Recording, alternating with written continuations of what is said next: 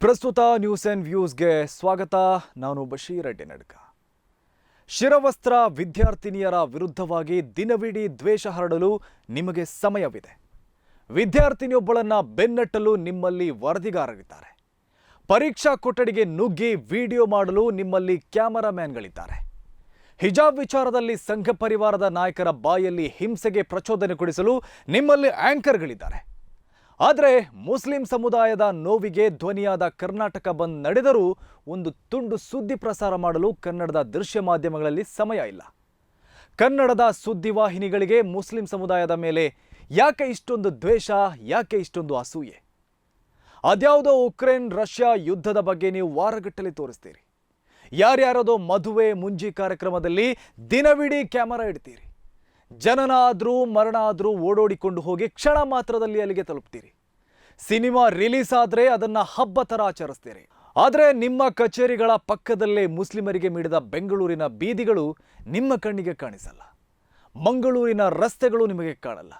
ಪೂರ್ತಿ ಕರ್ನಾಟಕವೇ ಮುಸ್ಲಿಮರ ನೋವಿಗೆ ಸ್ಪಂದಿಸಿ ಬಂದಾದರೆ ಅದನ್ನು ತೋರಿಸಲು ನಿಮಗೆ ಸಾಧ್ಯ ಆಗ್ತಾ ಇಲ್ಲ. ಬಂದ್ ಬಗ್ಗೆ ಒಂದು ಸಣ್ಣ ಎವಿಯನ್ನು ಪ್ರಸಾರ ಮಾಡದ ನೀವು ಮಾಧ್ಯಮ ವೃತ್ತಿಯಲ್ಲಿರಲು ಅರ್ಹರೇ. ನಿಮ್ಮಲ್ಲಿ ಸುದ್ದಿ ಆಗಬೇಕಿದ್ರೆ ಅಲ್ಲಿ ಬೆಂಕಿ, ಬಡಿಗೆ, ಕಲ್ಲು, ಕೋಲು, ಕತ್ತಿ ಇರಬೇಕಾ? ಬಂದ್ ಹೆಸರಲ್ಲಿ ಬಸ್ಗೆ ಕಲ್ಲು ಹೊಡೆದರೆ, ಮನೆ ಅಂಗಡಿಗಳಿಗೆ ಬೆಂಕಿ ಹಚ್ಚಿದರಷ್ಟೇ ನೀವು ಸುದ್ದಿ ಪ್ರಸಾರ ಮಾಡೋದಾ? ದ್ವೇಷ ಭಾಷಣ ಮಾಡಿದರೆ, ಇತರೆ ಸಮುದಾಯಗಳ ವಿರುದ್ಧ ಘೋಷಣೆ ಕೂಗಿದರಷ್ಟೇ ನೀವು ಸುದ್ದಿ ಪ್ರಸಾರ ಮಾಡೋದಾ?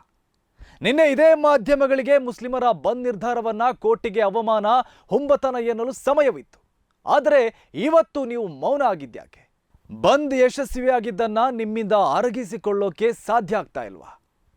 ಧಾರ್ಮಿಕ ಪಂಡಿತರು ಸ್ಪಷ್ಟವಾಗಿ ಹೇಳಿರುವಂತೆ ತಲೆವಸ್ತ್ರ ಇಸ್ಲಾಮಿನ ಅವಿಭಾಜ್ಯ ಅಂಗವಾಗಿದೆ, ಅದನ್ನ ಇಸ್ಲಾಮಿನ ಭಾಗವಲ್ಲ, ಶಾಲೆಯಲ್ಲಿ ಅವಕಾಶವಿಲ್ಲ ಎಂದು ಕೋರ್ಟ್ ಹೇಳಿದ್ದಕ್ಕೆ ತೀವ್ರವಾಗಿ ನೊಂದ ಸಮುದಾಯ ಒಂದು ದಿನ ತಮ್ಮ ಅಂಗಡಿ ಮುಂಗಟ್ಟುಗಳನ್ನು ಸ್ಥಗಿತಗೊಳಿಸಿ ತಮ್ಮ ನೋವನ್ನು ಹೊರಹಾಕುವುದರಲ್ಲಿ ಯಾವ ತಪ್ಪಿದೆ?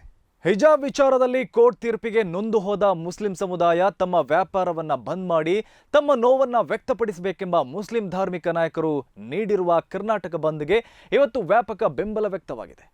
ರಾಜ್ಯದ ಮೂಲೆ ಮೂಲೆಯಲ್ಲೂ ಬಂದ್ ಯಶಸ್ವಿಯಾಗಿದೆ. ಮುಸ್ಲಿಂ ವರ್ತಕರು, ಮುಸ್ಲಿಂ ಕಾರ್ಮಿಕರು, ಆಟೋ ಟ್ಯಾಕ್ಸಿಗಳನ್ನು ನಡೆಸುವವರು ಒಂದು ದಿನ ತಮ್ಮ ವ್ಯವಹಾರ ಸ್ಥಗಿತಗೊಳಿಸಿ ತಮ್ಮ ನೋವನ್ನು ವ್ಯಕ್ತಪಡಿಸಿದ್ದಾರೆ. ಬೀದರ್ನಿಂದ ಹಿಡಿದು ಚಾಮರಾಜನಗರ ತನಕ ಮುಸ್ಲಿಮರ ಶಾಂತಿಯುತ ಬಂದ್ ಯಶಸ್ವಿಯಾಗಿದೆ.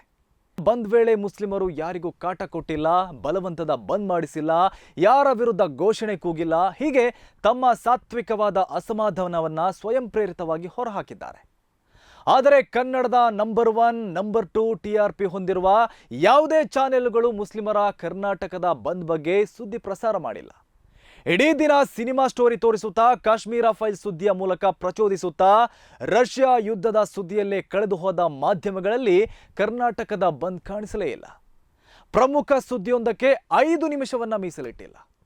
ಮುಸ್ಲಿಮರಿಗೆ ಸಂಬಂಧಿಸಿದ, ಮುಸ್ಲಿಮರ ನೋವನ್ನ ತೋಡಿಕೊಂಡ ಒಂದಿಡೀ ದಿನ ಸಮಸ್ತ ಮುಸ್ಲಿಮರು ತಮ್ಮ ವ್ಯಾಪಾರವನ್ನ ಬಂದ್ ಮಾಡಿದ್ದು ಒಂದು ಸುದ್ದಿಯಾಗಿ ಕಾಣದಿದ್ದರೆ ಇವರು ಜನರಿಗೆ ಕೊಡುವ ಸುದ್ದಿಯ ಮಾನದಂಡವಾದರೂ ಏನು?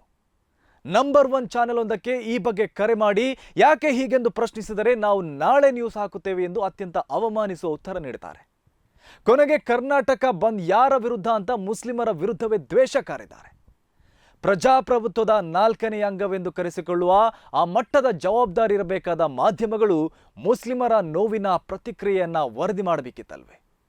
ಸಿನಿಮಾ ನಟಿಯರು ಗರ್ಭಿಣಿಯಾದರೆ ಸುದ್ದಿ ಮಾಡುವ, ಸೆಲೆಬ್ರಿಟಿಗಳು ಒಂದಷ್ಟು ಜೋರಾಗಿ ಗ್ಯಾಸ್ ಬಿಟ್ಟರೆ ತಾಸುಗಟ್ಟಲೆ ಕಾರ್ಯಕ್ರಮ ಬಿತ್ತರಿಸುವ, ಆಡಳಿತ ಪಕ್ಷವನ್ನ ಓಲೈಸಲು ಅವರು ಕೊಡುವ ಸ್ಕ್ರಿಪ್ಟ್ ಅನ್ನ ಹಾಗೆ ತಮ್ಮ ವರದಿ ಎಂಬಂತೆ ಬಿತ್ತರಿಸುವ ಮಾಧ್ಯಮಗಳು ಅತಿಯಾಗಿಯೇ ಸಾಮಾಜಿಕ ಜವಾಬ್ದಾರಿ ಮರೆಯುತ್ತಿದೆ. ಆಡಳಿತ ಪಕ್ಷದ ಮುಸ್ಲಿಂ ದ್ವೇಷ ಬಿತ್ತುವ ಅಜೆಂಡಕ್ಕೆ ನಾನಾ ತಂತ್ರಪೂರ್ವಕವಾದ ಕಾರ್ಯಕ್ರಮ, ತಿರುಚಿದ ವರದಿಗಳು ಬಿತ್ತರಿಸುತ್ತಿವೆ. ಮನೆಗೂ ಊರಿಗೂ ವರವಾಗಿ ಜೀವಿಸುತ್ತಿದ್ದ ನರಗುಂದದ ಸಮೀರ್ ಸಂಘಿಗಳಿಂದ ಕೊಲೆಯಾದಾಗ ಮೌನವಾದ ಅದೇ ಚಾನೆಲ್ಗಳಲ್ಲಿ 5-6 ಪೊಲೀಸ್ ಕೇಸ್ ಜಡಿಸಿಕೊಂಡ, ಜೈಲಿಗೂ ಮನೆಗೂ ಊರಿಗೂ ಮಾರಿಯಾದ ರೌಡಿಸಂ ತೋರಿಸುತ್ತಿದ್ದ ಹರ್ಷ ಎಂಬ ಯುವಕ ಅಪ್ಪಟ ವೈಯಕ್ತಿಕ ದ್ವೇಷಕ್ಕಾಗಿ ಕೊಲೆಯಾದಾಗ ವಾರಗಟ್ಟಲೆ ಡಿಬೇಟ್ ಮಾಡಿವೆ. ಮುಸ್ಲಿಂ ಪಡ್ಡೆ ಹುಡುಗರ ವಾಟ್ಸಪ್ ಗ್ರೂಪಲ್ಲಿ ಯಾವನೋ ಹುಡುಗ ಒಂದೆರಡು ಮಾತನಾಡಿದರೆ ಅದಕ್ಕಾಗಿ ಸಾಲು ಸಾಲು ಡಿಬೇಟ್ ಮಾಡುವ ಮಾಧ್ಯಮಗಳು ತಲುಪಿದ ಹಂತವನ್ನ ಏನೆಂದು ಹೇಳಬೇಕು ಗೊತ್ತಿಲ್ಲ. ಮುಸ್ಲಿಂ ಹುಡುಗಿಯರ ತಲೆವಸ್ತ್ರವನ್ನ ವಿವಾದವನ್ನಾಗಿ ಮಾಡಿದವರ ಪರವಾಗಿಯೇ ಇಲ್ಲಿನ ಮಾಧ್ಯಮಗಳು ನಿಂತಿತ್ತು. ಸುಳ್ಳಿನ ಸರದಾರರನ್ನ ಕರೆಸಿ ಡಿಬೇಟ್ ಮಾಡಿಸಿ ಮುಸ್ಲಿಂ ದ್ವೇಷ ಬಿತ್ತಲು ತೊಡಗಿಸಿಕೊಂಡಿತ್ತು. ಸಂಘ ಪರಿವಾರ ಉತ್ಪಾದಿಸುವ ಹಿಜಾಬ್ ವಿವಾದದಲ್ಲಿ ಕೆಲವು ಪತ್ರಕರ್ತರು ಪೋಲಿ ಪೋಖರಿಗಳಂತೆ ನಡೆದುಕೊಂಡಿದ್ದು ಪ್ರಜ್ಞಾವಂತ ನಾಗರಿಕ ಸಮುದಾಯ ತಲೆ ತಗ್ಗಿಸುವ ಸಂಗತಿಯಾಗಿತ್ತು. ಸಣ್ಣ ವಯಸ್ಸಿನ ವಿದ್ಯಾರ್ಥಿನಿಯನ್ನ ಅಟ್ಟಾಡಿಸಿಕೊಂಡು ಹೋಗಿ ವಿಡಿಯೋ ಚಿತ್ರೀಕರಿಸುವ ದೃಶ್ಯಗಳು ಮನುಕುಲಕ್ಕೆ ಕಪ್ಪು ಚುಕ್ಕಿಯಂತಿದ್ದವು. ಏನೋ ಹಿಜಾಬ್ ಸಂಬಂಧವಾಗಿ ಮುಸ್ಲಿಮರ ಮೇಲೆ ದ್ವೇಷದ ಮಾತುಗಳನ್ನ ಎಗ್ಗಿಲ್ಲದೆ ಉಗುಳಿದ ಟಿವಿ ಆಂಕರ್ಗಳಂತೂ ಮಾನವ ಸಂತತಿಗೆ ಕಳಂಕ ತರುವಂತೆ ನಡೆದುಕೊಂಡ್ರು. ಇದೀಗ ಅವುಗಳು ಮುಸ್ಲಿಮರ ಶಾಂತಿಯುತವಾದ ಬಂಧನ್ನ ಒಂದು ವಾರ್ತೆಯಾಗಿ ಕಾಣಿಸದೆ ಮುಸ್ಲಿಂ ದ್ವೇಷ ನೀತಿಯ ಮೂಲಕ ನಾವು ಸಂಘ ಪರಿವಾರದ ಕಾವಲು ನಾಯಿಗಳೆಂದು ಮತ್ತೊಮ್ಮೆ ತೋರಿಸಿಕೊಟ್ಟಿದ್ದಾರೆ. ಕೆಲವು ದಿನಗಳ ಹಿಂದೆ ನಡೆದ ದಲಿತರ ಬೃಹತ್ ರ್ಯಾಲಿಯ ಬಗ್ಗೆಯೂ ಈ ಮಾಧ್ಯಮಗಳು ಹೀಗೇ ಮಾಡಿದವು. ಸದಾ ಸಿನಿಮಾ ಸೆಲೆಬ್ರಿಟಿಗಳ ಸಿಟಿ ಪಟ್ಟಣ ಪೇಟೆಗಳನ್ನಷ್ಟೇ ಸುತ್ತುವ ಸಂಘ ಪರಿವಾರ ಹೇಳಿದ್ದನ್ನೇ ಮಾಡುವ ಕ್ರೈಮ್ಗಳನ್ನೇ ವೈಭವೀಕರಿಸುವುದಷ್ಟೇ ಮಾಧ್ಯಮಗಳ ಕರ್ತವ್ಯ ಎಂಬಂತೆ ಬದಲಾದ ಈ ಮಾಧ್ಯಮಗಳು ನೊಂದವರ ಪರವಾಗಿ ನಿಲ್ಲುತ್ತಿಲ್ಲ. ಸಮಸ್ಯೆಗಳ ಬಗ್ಗೆ ಇವರಲ್ಲಿ ಪರಿಹಾರದ ನೋಟಗಳಿಲ್ಲ. ಅಣುವಷ್ಟಾದರೂ ಸತ್ಯ ನ್ಯಾಯ ಇವರಲ್ಲಿಲ್ಲ. ತಮ್ಮನ್ನ ಮಾರಿಕೊಂಡಿರುವ ಮಾಧ್ಯಮಗಳು ಆತ್ಮಸಾಕ್ಷಿ ಅಂತ ಒಂದಿದೆಯಲ್ವಾ, ಅದನ್ನೂ ಕೊಂದು ಬಿಟ್ಟಿದ್ದಾರೆ. ಎಷ್ಟೊಂದು ಅಧಪತನ ಹೊಂದೋಕೆ ಸಾಧ್ಯ ಎಂದು ತೋರಿಸಿಕೊಟ್ಟ ನಿಮ್ಮ ತಾಕತ್ತಿಗೆ ಇದೋ ಸಾವಿರ ಸಾವಿರ ಆಕ್ರೋಶ, ಅಸಹ್ಯದಿಂದ ಕೂಡಿದ ಧಿಕ್ಕಾರ. ಪ್ರಜಾಪ್ರಭುತ್ವದ ಕಾವಲು ನಾಯಿಯಾಗಬೇಕಿದ್ದ ಮಾಧ್ಯಮಗಳು ದ್ವೇಷವನ್ನೇ ಉಸಿರಾಡುವ ಸಂಘ ಪರಿವಾರದ ಕಾವಲು ನಾಯಿಯಾಗಿದ್ದು ಬಹಳನೇ ಆತಂಕಕಾರಿ.